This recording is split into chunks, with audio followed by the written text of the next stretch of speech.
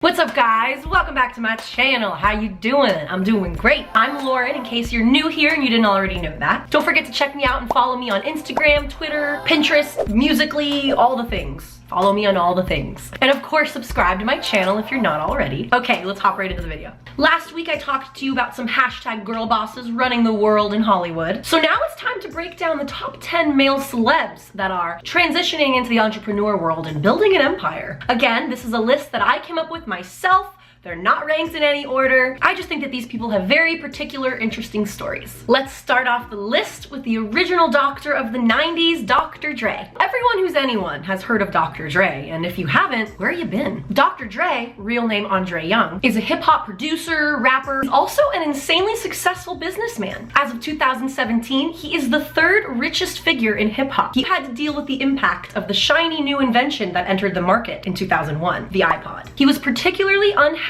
with their teeny earbuds. He said, "It was crazy to see my kids listening to my music on these earbud headphones.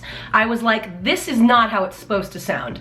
This is not what I spent all the time in the studio for." We decided we had to do something about it. In 2006, the rapper partnered with Interscope Records chairman Jimmy Iovine to create Beats by Dre. These were the first headphones of their kind on the market, which also meant that they were more expensive. But in their words, they believed that bad audio is free, and they knew that their customers would pay for something if they thought it was worth it. They worked out a strategic deal with Universal Music Group to make sure Beats headphones appeared in almost every single Interscope music video during that time. They also struck up a lot of celebrity endorsement deals. For example, at the 2012 London Olympics, Beats by Dre strategically gave their headphones to the top athletes in the world, who of course would listen to them before they prepare for their event, giving them essentially free advertising at one of the most televised events in human history. Obviously, Beats blew up after Apple bought them in May 2014 for $3 billion. Pretty crazy. Dr. Dre has lived quite an interesting life. Have you guys seen this new show on HBO called The Defiant Ones? I had no idea what it was about, but my brother recommended it to me and it is so good. Tyler and I are hooked on it. Anyways, back to the list.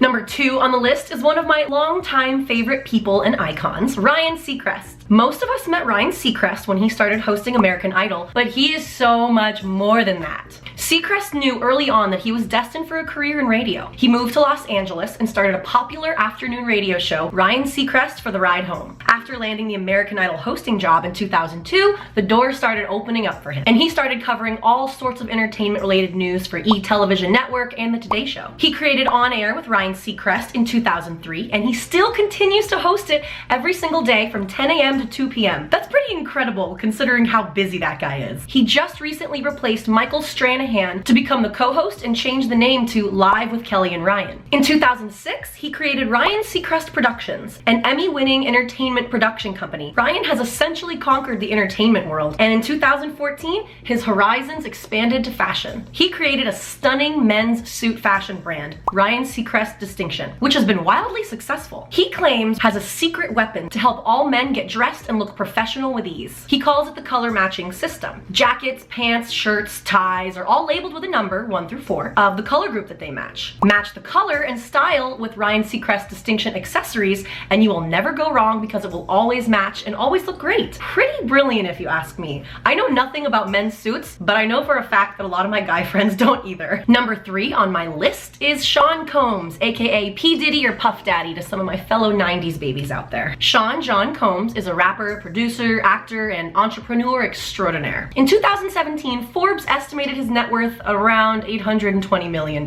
He started out as an intern at Uptown Records, where he eventually became a talent director and signed and produced Mary J. Blige. After being fired from Uptown Records, he saw that he had a knack for spotting talent. So in 1994, when he was 23 years old, he founded Bad Boy Entertainment and signed only 2 artists at the time. Those artists were Craig Mack and Notorious B.I.G. Obviously, they went on to achieve huge success for themselves and for the label. Bad Boy Records went on to make huge money-making deals with large companies, and they're still releasing music today. However, P. Diddy doesn't just have his hand in music. In 1998, He created the fashion brand Sean John Clothing, which has been extremely successful since day one. Their sales were more than $100 million per year, and today they're bringing in around $450 million per year. That's pretty incredible for an 18-year-old fashion brand, right? But he doesn't stop at fashion. He partnered with Estee Lauder in 2005 and created Sean John fragrances. His fragrance Unforgivable became the first male fragrance to claim the title of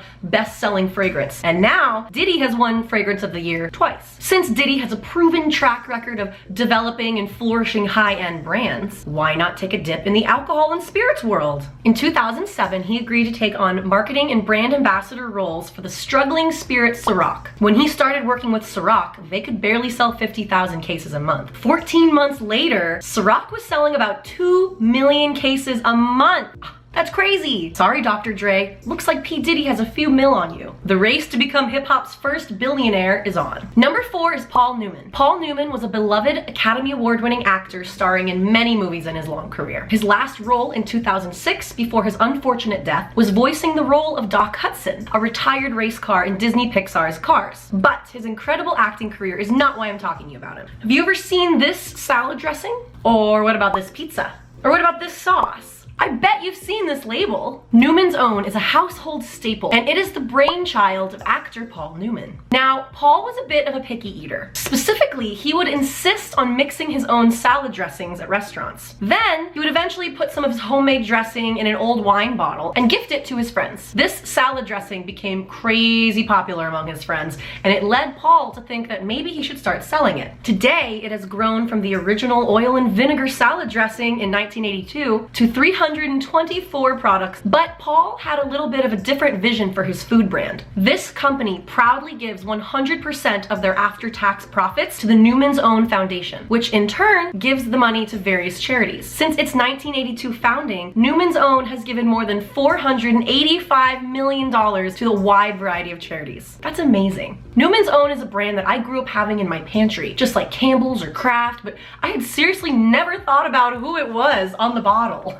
Paul Newman definitely left behind a huge legacy. Number 5 is none other than Robert De Niro. We all know Robert De Niro as an iconic actor, director, and producer. He is known for The Godfather Part 2, Taxi Driver, Raging Bull, Goodfellas, and Meet the Parents. But did you know that Robert De Niro is a major foodie? So big, in fact, that he co-founded Nobu, that swanky sushi place you always see celebrities walking out of. Executive celebrity chef and famed restaurateur Nobu Matsuisa opened his first restaurant in Beverly Hills on La Cienega Boulevard. Although they only had 38 seats available at the time, Matsuisa was an instant hit, and it became a magnet for sushi lovers and celebrities and anyone else who could afford the expensive hotspot. Robert De Niro was one of them. It was at this Beverly Hills restaurant that Robert De Niro and Nobu's friendship and professional relationship began. He invited him to come to New York and open up a restaurant. Nobu politely declined his offer because he felt like it was still too early for his restaurant and that he needed to be a little bit more organized. 4 years later and lots of sushi and sake later, Robert De Niro calls him up and asks him a second time. Maybe it's time to come to New York? Nobu is now the world's most recognized Japanese restaurant, and they have 29 restaurants in 5 continents. That's amazing. Number 6 was my childhood dreamboat,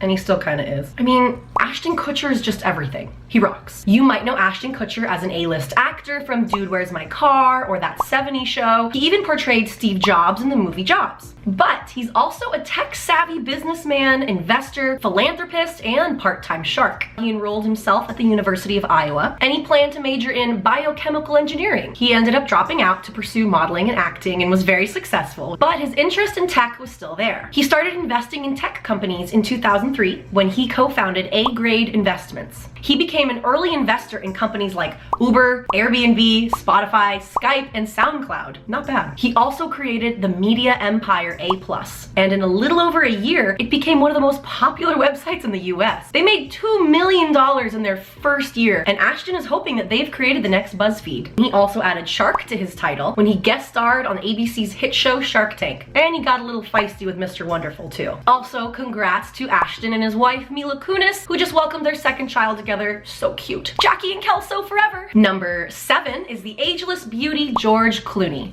I didn't mean for that to rhyme. Not only is he famous for his acting chops, but Mr. Clooney enjoys his tequila. Okay, this is a really cute story. George Clooney is best friends with Randy Gerber. Randy Gerber is married to Cindy Crawford and is the father of 2 supermodels, Kaya Gerber and Presley Gerber, making for a pretty gorgeous and talented family. They're often vacationing together all around the world while drinking their favorite drink, tequila. They built 2 side-by-side lavish ocean view homes in 2009, calling their compound Casamigos. Clooney would always say their vacations would spill over into each other's, breakfast at one house, lunch at the other, that they might as well create 2 individual villas in one compound. It was in their Los Cabos compound that Casamigos Tequila was founded by accident. Randy Gerber told CNBC, "As you do when you're in Mexico, you drink a lot of tequila. After a couple months of trying different tequilas, George turned to me and said, why don't we just make our own?" For 2 years, it was served exclusively among their closest friends, until they made the transition to market their product. 4 years after bringing Casamigos to tequila enthusiasts everywhere, George Clooney and Randy Gerber were offered $1 billion by European beverage company Diageo to purchase their company. With twin babies and $1 billion in the way, George Clooney's having a pretty good 2017. Number 8 on my list was all over my 8th grade iPod. I'm sure he was on yours too. 50 Cent. His real name is Curtis Jackson. Like I said before, the music industry in 2002 was sweating bullets to figure out how to take their music back from platforms like Napster and LimeWire. 50 Cent, however, kept his cool and saw this as an opportunity to grow. 50 created the G-Unit brand, which included a record company, a clothing company, and a lucrative sneaker deal with Reebok. When he signed up to endorse vitamin water, they offered him a stake in the business. In 2007, the company was bought by Coca-Cola for $4.1 billion. Not billion. Billion? Billion? Jesus! It is billion. That's nuts. Making 50 Cent $100 million richer. However, 50 Cent decided to launch his own premium headphone company, SMS Audio. Now, this was at a time when 50 Cent was a part of the Interscope label and working with Jimmy Iovine and Dr. Dre to release music. Because of the contractual hold Beats had with Interscope, 50 Cent was not allowed to promote SMS Audio in his music videos released on Interscope. He even said that when he wore an SMS Audio hat in one of his own videos, the logo had been blurred out by production. Frustrated with these business terms, he left Interscope and took G-Unit Records independent. As he put it, Beats is Nike, we're Adidas. SMS Audio didn't turn out to be as lucrative as he would have hoped. In fact, it's what led the rapper to file for bankruptcy in 2015. In 2016, a few articles came out claiming that SMS Audio was no longer in business, but it seems as if their website is still up and running, so who knows? It was reported that 50 Cent dug himself out of debt and settled his payments ahead of time. Good for him. Number 9 on the list was my hero at one point, Mr. Tony Hawk. Tony Hawk got his first skateboard when he was 9 years old, and thank God, because he went pro at age 14. He won more competitions than any other pro skater in history, and in 1999, he became the first person to land a 900 at the San Fran X Games. That's 2.5 mid-air spins.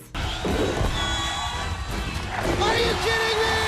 Tony launched his own manufacturing company, Birdhouse Skateboards, back in '92. This was during a time when the board sports market was declining. Even so, Birdhouse managed to compete with the mainstream companies out there. He created the video game series Tony Hawk's Pro Skater, which has seen sales north of $1.6 billion since 1999. In 2002, he started the Tony Hawk Foundation after he noticed that only wealthier, more affluent areas had community skate parks, and he wanted to change that. The foundation has since raised over $5 million to build over 600 skate parks in low-income neighborhoods all around the country. I feel like Tony Hawk was everyone's hero at one point. We all saw him on TV, we knew his voice, we played his video games, we saw him on The Simpsons. He was a true OG 90s celebrity who turned his name into a successful brand. However, it wasn't always a smooth ride for him in the business world. His first mistake was signing his name away in a bad licensing deal that ended up almost ruining his reputation and brand altogether. Now he says this is his #1 lesson for beginning entrepreneurs: never give up control of your brand. Not your name, not your logo, not your likeness,